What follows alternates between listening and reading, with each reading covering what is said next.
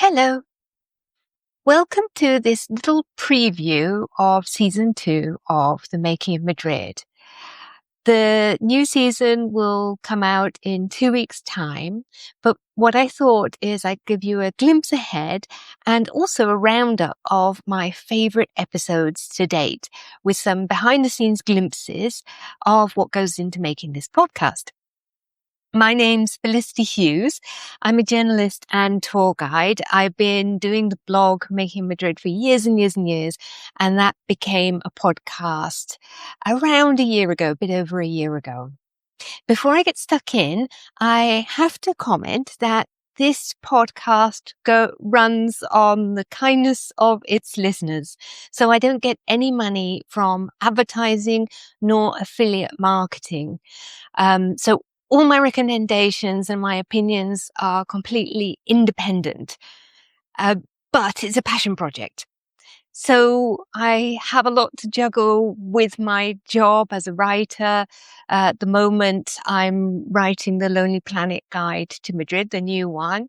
But beforehand, I need to find time and in little pockets of time that I get to record episodes and to edit and to find guests, and it all takes time and effort. There are a variety of ways you can support. So the first and my favorite is my ebook, which is called Quiet Madrid. Everyone always wants to know those little out of the way places, especially if you're an ambivert like me, where I get a little bit overwhelmed if I'm always in really, really touristy places. So it's called Quiet Madrid, Tranquil Spaces in Hidden Places. And it's full of photographs that I've taken of the city while exploring its lovely, quiet little corners. I'm very proud of that book. You can buy that on themakingofmadrid.com, which is the only place you can buy it. The other thing you could do to support is buy a voice map tour.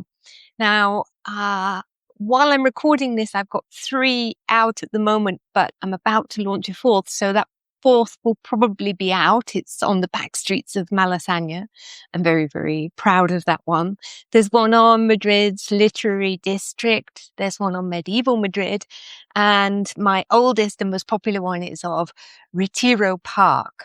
But if you don't want to do any of those things, there's a tip jar, which I just set up on my website called themakingofmadrid.com. So if you go to the top of the page, you can just click on tip jar and you can leave a donation. I'd really appreciate that. But you don't absolutely have to do that. There are other ways to support. So you could subscribe or leave a positive review, all that jazz. Everything really, really helps. So that's enough of my spiel. Let's get into talking a little bit about season 2. So when I called the podcast to a sort of close at the end of last year, I was a little bit overwhelmed and I felt like I wouldn't be able to produce the high level of quality that I had before without taking a little bit of a break. And in fact, during the break, I just immediately began to research and think about what I would put in season 2. So what I found is that loads of the most popular episodes contain practical advice for visitors coming to Madrid. And so what I packed it with is things like neighbourhood guides, trip itineraries, things like that to help you really get a handle on the place if you're a first-time visitor to Madrid. But it wouldn't be my podcast without tons of historical bits. So even those ones are brimming with links that take you to other parts of my blog where you can find out about, they refer to other parts of my blog if you visit the website. But you always get this with the Making of Madrid, lots and lots of historical depth, which I think my listeners do enjoy. And that brings me to one of my favorite episodes that I've recorded so far, which is coming up, is on the Rastro market. I love the Rastro because I live fairly nearby. And if I'm at a loose end on a Sunday morning, I go down there and just watch all of human life going on. It really reminds me of Leeds Market. I grew up in Leeds in the north of England, and it also has this incredible lively market and really authentic feel for the city. The Rastro started up 500 years ago, or even more, even earlier, in fact, before the city became the capital of Spain, when it was simply the site where the matadero, or the slaughterhouse, was. And the streets sort of ran with blood, which is the rastro, or trail of blood, that then gave its name to the market, because people would gather to do all kinds of slightly dodgy deals outside the city walls in medieval times, and the market sort of got its start there. But I won't ramble on about that, because you can listen to the episode, which is coming up. Besides podcasts that are just me speaking, there's lots of lovely, interesting interviews lined up. One I can announce definitely is Marieta Sandrilands, and she talks about fitness in Madrid. But I love this episode as well because before we recorded, she took me on one of her health walks. She absolutely tired me out because I didn't realize it was possible to do a 2-hour hike through central Madrid from Moncloa.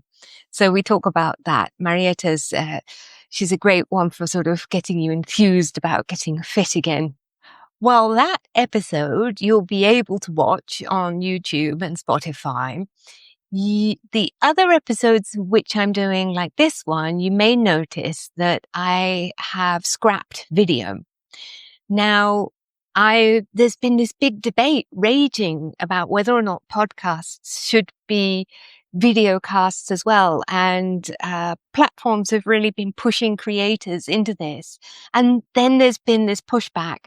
And I've read a lot about this, and a lot of what people have been saying chimes with what I feel about making a podcast, is that perhaps pushing into video too hard is not a great fit. And I'd love to hear your opinions about this, because in my experience, what happens is not only do I have to brush my hair and make sure my flat's clean, which is quite a challenge sometimes, but I can't edit the sound as I would like. So generally I listen to the show and do some editing afterwards, and I can take out all the parts where I feel some kind of uncertainty, and I and I are, or I leave a silence. Of course, that's possible on video, but it doesn't work quite as smoothly. And as I'm thinking about presenting and looking at the camera, my mind isn't focused on the script in a way that I really like to be. So here I'm sat in front of a very messy desk talking to you, but I'm 100% focused on what I'm saying. So solo episodes are going back to all sound, and I hope you will agree that this is for the better. So the clincher for that decision, in fact, was looking at my stats, and I saw that my most popular show isn't even on video. And that brings me to my next topic, which is, if you're new to the podcast and want to have a look back through the archives, what episodes should you listen to? So I've let my listeners do that job for me with the first choice, because that one is Overrated and Underrated Madrid. And this one is racking up the view counts. Maybe it's the one that put me on FeedSpot's list of 100 best podcasts in Spain, which was a total surprise because I'm very new to the game, but absolutely welcome. And I was really delighted by that. And maybe part of its popularity goes to the fact that it's a topic I'm passionate about. The Mercado de San Miguel, which is right by the Plaza Mayor, is Madrid's most beautiful market. But it's always absolutely jam-packed with tourists. And to do this piece, I went in and had an experience that. And in fact, if you look at the show notes, you can see a little photo of the crowds there and just how deeply unpleasant it is. So the Mercado de San Miguel is on that list of overrated attractions. But of course, I also do underrated ones. If you do enjoy that episode, the other one you could check out is Madrid still worth visiting? Which really continues on from that thorny topic of over-tourism. And it's a topic I thought about a lot last summer because this was 2025 was a incredibly exciting, incredibly busy year for me, which is why I had a little bit of a meltdown towards the end of season 1 of the podcast. I got also asked to work on the Lonely Planet guide to Japan, and I went to Kyoto and all around the region of Kansai to write the new chapters for the guide. And my editor was very clear about how we ought to tackle the issue of over-tourism. We put over-tourism badges on certain places like Kiyomizu Temple, where just the sheer quantity of tourists is ruining the experience pretty much for everyone. So yeah, do give that one a listen if you do enjoy the overrated and underrated episode. But on the bright side, of course, I shouldn't move on without saying that it's jam-packed with underrated gems, which harks back to the Quiet Madrid book that I did. All those secret little spaces that most tourists miss. And if you'll forgive me for going off on the tangent a little bit, I found when I researched the guide to Japan that the little sleepy town of Shingu on the Kii Peninsula was my most underrated and fantastic spot when I went to do all the research for the guide.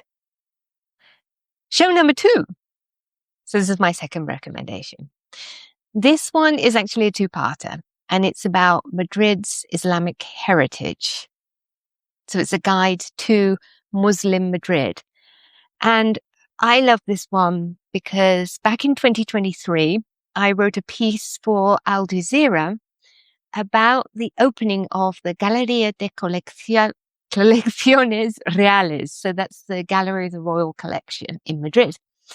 What does this have to do with the Muslim history of Madrid, I hear you ask? Well, when they were building that gallery, they came upon remnants of the old Muslim wall of Madrid. And this was built back in the 9th century.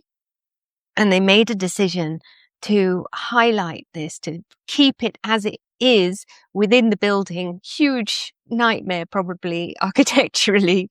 But when you do go to visit the Royal Collection, you can go and see this old part of the wall of Madrid.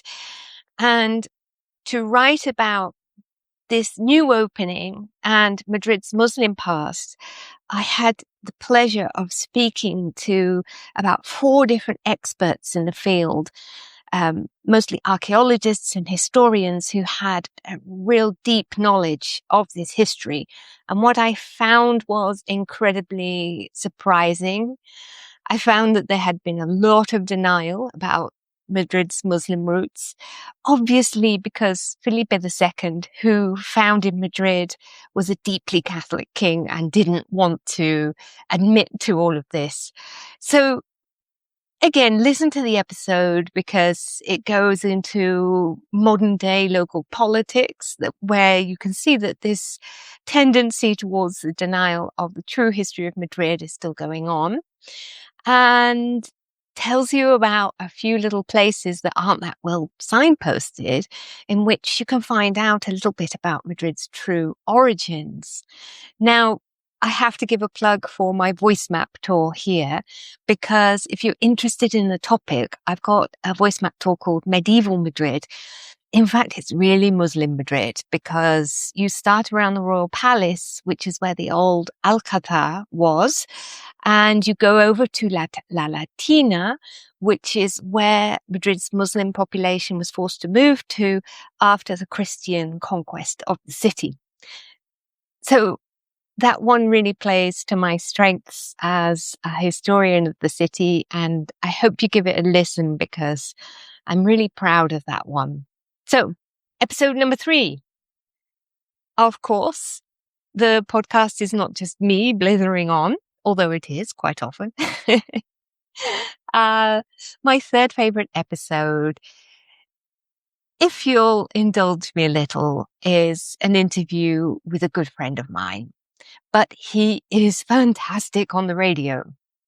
So his name is David Price, and he runs the Secret Kingdoms bookshop in Barrio de las Letras. And the way I got to know him was that he became my publisher. So we met just after the pandemic, and together we conceived of a guide to Barrio de las Letras. His idea was to make it bilingual. He's got a really good head on his shoulders. But he's just so knowledgeable and he's amazing. As I said before, on radio. We did a radio show together on Spanish radio, and he really has one of these lovely booming bassy voices that sounds good. But the other thing about David is he's a massive bookworm and a mine of information. His brain just takes in loads and loads of facts and figures. In fact, I did a quiz recently. I hosted a quiz and he knew all the answers and what beat everyone flat out. To read, he must have read almost everything in his shop. And recently he admitted to me to pulling an all-nighter so he could read the latest history of Madrid. So that one, Autumn Reads with David Price's Secret Kingdoms, I think is really, really good. And of course, we talk about our guide to Barrio de las Letras. Excuse me for plugging my voice map tour again, but I did make a voice map tour based upon that book. And you can even hear David performing as Laurie Lee in that voice map tour because I really love his voice. So that's my recommendation number 3. If you do enjoy the interview format, I should give a shout out to some of the other great guests I've had on. So I had Luke Darracott on wine, Joy Figueroa on food, and Marcia Scarborough on moving to Madrid as a retired US citizen. Unfortunately, I bumped into Marcia just recently and I found out that because Madrid's prices the property market's got so crazy that she's since moved to Granada, but she is still thriving and very much enjoying her life in Spain. That one is filled with practical advice.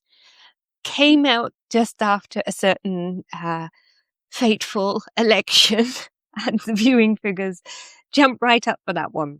Episode number 4, again, total nepotism for this one because this is a guest episode. And last year was the first year that Sergio, my husband, appeared along with Gigi, our cat.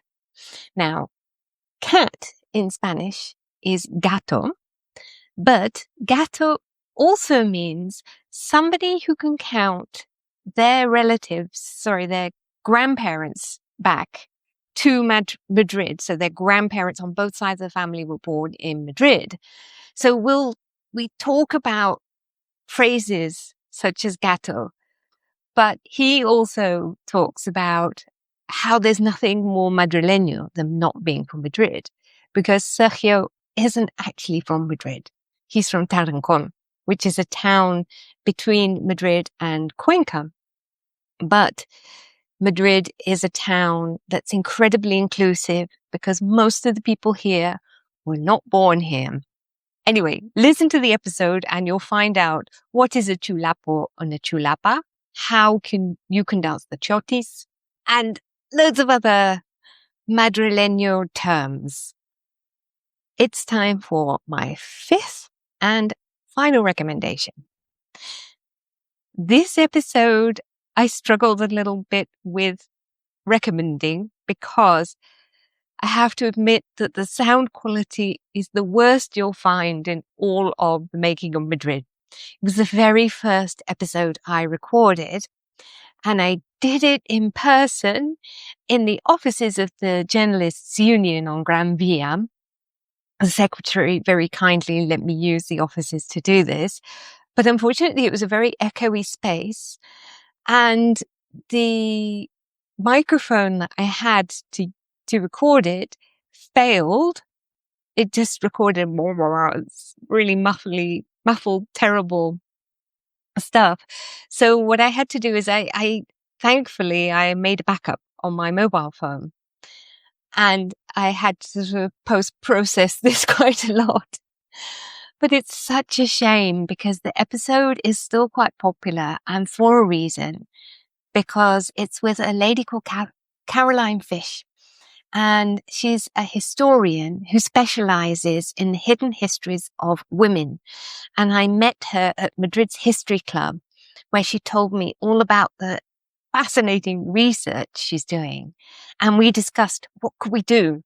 So she was like, come on, let's do Juana of Austria, because she's related to the Monasterio de los Descalzas Reales, a place that's in my book, Quiet Madrid, and was really a center of royal power that she created. She had it transformed from a Habsburg palace into this monastery, but it was also a hub of power. She even became regent of Spain at one point. And I learned so much from this interview. It's really fantastic. So that's my top recommendation, with the caveat that if you really can't bear the sound, I will forgive you for just going onto the blog and reading the summary instead, because I always provide a summary on my blog. And this brings this preview episode to a close. I won't bore you again with giving you my whole spiel about how you can support the Making of Madrid, but I will say that if you do drop into the makingofmadrid.com, you can subscribe to my newsletter. And that's a great way of finding out what's going on with the Making of Madrid, finding out about new episodes, about new blog posts, about what I'm getting up to myself. Anyway, I hope you enjoy season 2, and please drop comments because I love to hear from listeners. Goodbye.